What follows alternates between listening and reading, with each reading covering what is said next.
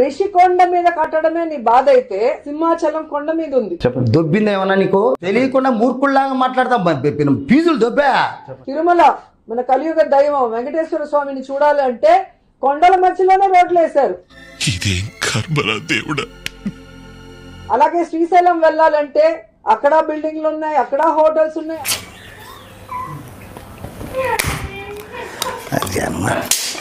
నువ్వు మనిషి పశువాలా? టాయిలెట్ లో కూర్చునే కమోడ్ 12 లక్షలు పెట్టారంట.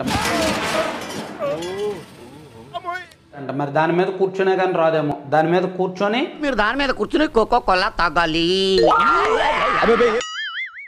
పక్క నుంచి సముద్రం సౌండ్ వినాలి, బీచ్ సౌండ్ వినాలి. ఎందుకంటే అది బీచ్ వైపు ఉందంట. అయ్యా తమరి దగ్గర ఈ సౌలభ్యం కూడా ఉందండి చెబుతున్నాడుగా. అంత కాస్ట్లీ కమోడ్ మీద కూర్చొని పక్క నుండి సౌండ్ వింటేనే వస్తుందేమో. బాగుండదేమో. పక్కన 10 మందిని పెట్టి ఎంకరేజ్ చేస్తాం. రిషికొండలో పర్యాటక శాఖ భవనాలను నిర్మించడం తప్ప అని ప్రశ్నిస్తూ ట్వీట్స్ అందించారు మాజీ మంత్రి రోజా. Flash back. ముఖ్యమంత్రి గారు ఎక్కడుంటే బాగుంటుంది అన్న క్రమంలో రిషికొండని ఫైనలైజ్ చేయడం జరిగింది. అంటే ఇవి వాళ్ళకి సొంతంగా చేసుకునేవి కాదంటే వాళ్ళు పబ్లిక్ ని అట్రాక్ట్ చేయడానికి మాత్రమే కట్టారంట ఈ భవనం అని చెప్పేసి రోజా ప్రశ్నించడం జరుగుతుంది. రిషికొండ నుంచి క్యాంప్ ఆఫీస్ గా పరిపాలన స్టార్ట్ అవుతుంది. ఇక్కడే అర్థమవుతుందిరా ఇది డ్రామా అని. అంత పెద్ద భవనం కట్టి అది ఆయనకు పర్సనల్ గా ఉంటుంది అని చెప్పిన వాళ్ళే ప్రజెంట్ ఇప్పుడు అది ప్రజల కోసం కట్టాము అంటుంది. అంటే ఎంతమందిని మెట్లో చేస్తున్నావు నువ్వు? అంతర్జాతీయ ప్రమాణాలతో భవనం నిర్మించడం తప్ప అని ప్రశ్నించారు. ఆల్రెడీ ఉన్న హరిత రిసార్ట్ ని కూల్చేసి కోట్ల రూపాయల ఆదాయం తెచ్చేదాన్ని పక్కన పెట్టి ఈరోజు సొంత ప్రయోజనాల కోసం కట్టుకున్నాడు. ఇదే గంటా శ్రీనివాసరావు గారు 2019లో విశాఖపట్నం రాజధాని అని చెప్పి ప్రభుత్వం చేసినప్పుడు స్వాగతించింది ఆయనే మొదటగా. విజయవాడలో క్యాపిటల్ సిటీని పెట్టడం మనస్ఫూర్తిగా మేము ఆహ్వానిస్తున్నాం. మరి వారికి గుర్తుందో లేదో నాకు తెలియదు, కానీ నాకైతే బాగా గుర్తుంది. మీ వాలకం చూసినప్పుడే నాకు డౌట్ వచ్చిందిరా. రా దొంగలరా మీరు? ఎస్ ఎస్ ఒక ప్రాంతానికి ఇంకొక ప్రాంతానికి మధ్య చిచ్చులు పెట్టడం ఇష్టం లేక మనస్ఫూర్తిగా ఆహ్వానిస్తున్నామని చెప్తా ఉన్నాం. అటు చూడు బే. జ్యుడిషియల్ క్యాపిటల్ ఒకవైపున, ఎగ్జిక్యూటివ్ క్యాపిటల్ మరోవైపున, లెజిస్లేటివ్ క్యాపిటల్ ఇక్కడ 3 క్యాపిటల్ వస్తాయేమో. వాడే రూల్స్ రాసుకుంటాడు, వాడే బ్రేక్ చేసుకుంటాడు. వాడి పని చేసుకోవడం కోసం ఎన్ని రంగులు మార్చడానికైనా వాడు సిద్ధం. విశాఖపట్నం నగరానికి ఇంటర్నేషనల్ స్టాండర్డ్స్ ఒక రిసార్ట్ నిర్మించాలని చెప్పి ప్రభుత్వం నిర్ణయం తీసుకోవడం. ముఖ్యమంత్రి గారికి విశాఖపట్నం నుంచి వారి పరిపాలన చేయాలనేటువంటి ఆలోచన చేస్తా ఉన్నారు. ఈ నిర్మాణాలు అయితే బాగుంటాయి అనేటువంటిది వారు వ్యక్తపరిచారు. దీన్ని ఏమన్నది సన్నాస దరిద్రుడా? అది మొదటి నుంచి టూరిజం డిపార్ట్మెంట్ పేరిట ఉన్నటువంటి ప్రాజెక్టు. అటు చూడు. ఆ రుషికొండని టూరిజం శాఖ ఆధ్వర్యంలో అభివృద్ధి చేస్తున్నామని ప్రభుత్వం నమ్మబలికి సీఎం క్యాంపు కార్యాలయం కోసం దీన్ని ఏం తెలివితేటలు ఇతరులను కాపాడడానికి వినియోగపడాలి, ఇతరులను మోసం చేయడానికి. రిషికొండని ఫైనలైజ్ చేయడం జరిగింది. పచ్చటి రిషికొండకు సగం గుండు కొట్టి రప్ప బంగ్లాలు లేపినాక ఓ కమిటీ వేస్తే ఇంట్లో సీఎం సార్ ఉంటే బాగుంటుందనే రిపోర్ట్ వచ్చింది. రిసార్టులు మాయమయ్యి. ఎవడురా నువ్వు? తప్పరా?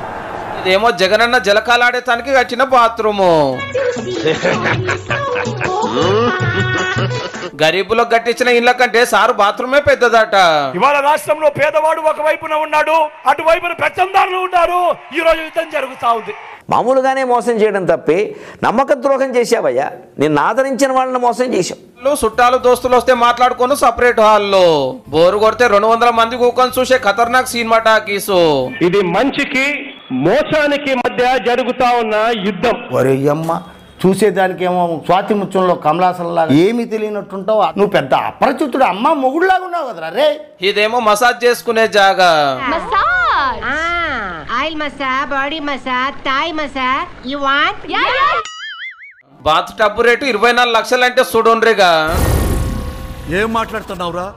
నరాలు కట్ అయిపోయింది. కబోర్డ్లు, షవల్లు, గివల్లు అన్ని బంగారం రంగుల చెక్కున మెరుస్తున్నాయి. ఎందుకంటే ఆయన చేసిన అవినీతి అట్టు ఉంది అక్కడ.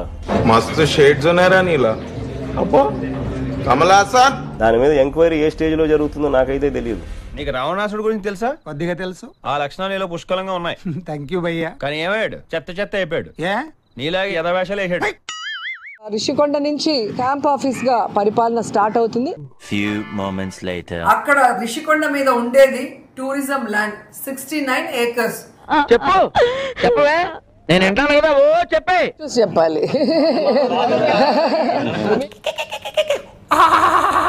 ఏందన్నావు? అసలు మీకు ప్రతిపక్ష హోదా కూడా లేని పవన్ కళ్యాణ్ నీకు అసలు అడిగే అర్హత ఏముందని నేను అడుగుతున్నాను.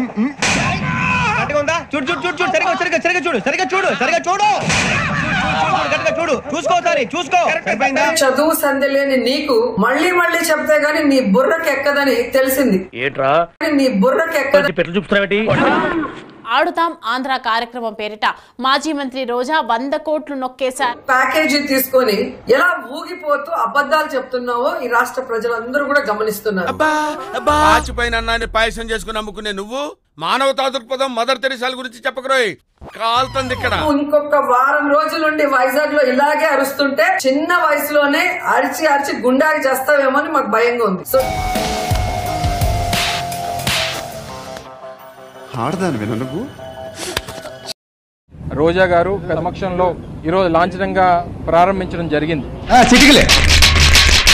ఏమే పోయి అక్కడ ఓపెన్ చేయటం, జగన్మోహన్ రెడ్డి గారు పోయి ఓపెన్ చేయకుండా ఉండటం. రోజాని బలు పశువుని చూసినారా అంటే ఎస్ బలు పశువుని చేశారనే నేను ఇలా బుక్ అయిపోతాను కల్లో కూడా ఆడుకోలేదు. రోజా అమీర్పేటలో వ్యాపారం మొదలు పెట్టింది. Is it true Bhavani? ఈమె ఆస్తులు అక్రమంగా సంపాదించింది. నా దందా అంతా ఇలాంటి 1,90,000 ఉంటాయి. ఇప్పుడు మంత్రి అయిన తర్వాత దుబాయ్ లో వ్యాపారం మొదలు పెట్టింది. ఇది వ్యాపారం. అందరికీ నమస్కారం. నమస్కారం. ఎలా ఉంది వ్యాపారం? చాలా రోజుల తర్వాత మీ అందరితో మాట్లాడుతున్నాను. కారణం ఏంటో మీకు తెలుసు. నేను మోసపోవడం మాత్రమే కాదు, పరుపుడు మాత్రమే కాదు, అవమానపడడం మాత్రమే కాదు, నేను ఓడిపోయాను. మీ అందరికీ ఒక రిక్వెస్ట్. చెప్పాడు తర్వాత ఏంటి? నేను ఈరోజు డాక్టర్లు రెస్ట్ తీసుకోమని చెప్పారు. అయిపోయింది, అంతా అయిపోయింది. కొంచెం రెస్ట్ తీసుకోండి, లేదంటే రెస్ట్ ఇన్ పీస్ అయిపోతారు. ఇంకా 4 రోజులు నడవలేను కాబట్టి ప్రచారానికి రాలేకపోయాను. వచ్చిన పీకేదేం లేదు కదా.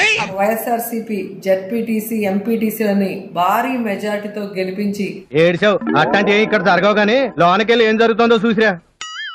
జగనన్నకి కానుకగా ఇవ్వాలని ప్రతి ఒక్కరిని కోరుకుంటున్నాను. అంటే చంపేద్దాం అనుకుంటున్నావు. జగనన్న తను ఇచ్చిన ప్రతి హామీని నెరవేర్చి ఇండియాలోనే బెస్ట్ సీఎం అని అనిపించుకున్నారు. అరే జోకేశారా, నవ్వండ్రా. మిమ్మల్ని నమ్ముకున్న కార్యకర్తల్ని కొడుతుంటే ఏం చేస్తారు మీరు? ఏం చేయగలుగుతారు? పెద్ద నేనైతే చేయగలిగింది ఏమీ లేదు. ఏమైందిరా కొడాలి నాని? అప్పుడు తొడలు కొట్టావు కదా, ఇప్పుడు ఏం పీకుతున్నావు? రండ్రా. ఏరా బుచ్చిరెడ్డి, ఆలోచిస్తావేందిరా వెంకటరెడ్డి? అనగా నా కొడకల్లారా, ఒక్క మొగోడు లేడా? మా అన్న 30 సంవత్సరాల పాటు అధికారంలో ఉండాలా వివేకానంద రెడ్డి గారు ఆశీస్సు. వచ్చేసింది. వస్తున్నా. ఎవరు గురుగారు? ఇంకెవరు? నా మమ్మీ. ఆత్మ నన్ను హింస పెట్టేస్తుందిరా. ఎటన్నా పారిపోయి తలదాచుకుందాం అనుకుంటున్నాను. 1 minute. ఆశీర్వదించండి మావయ్య.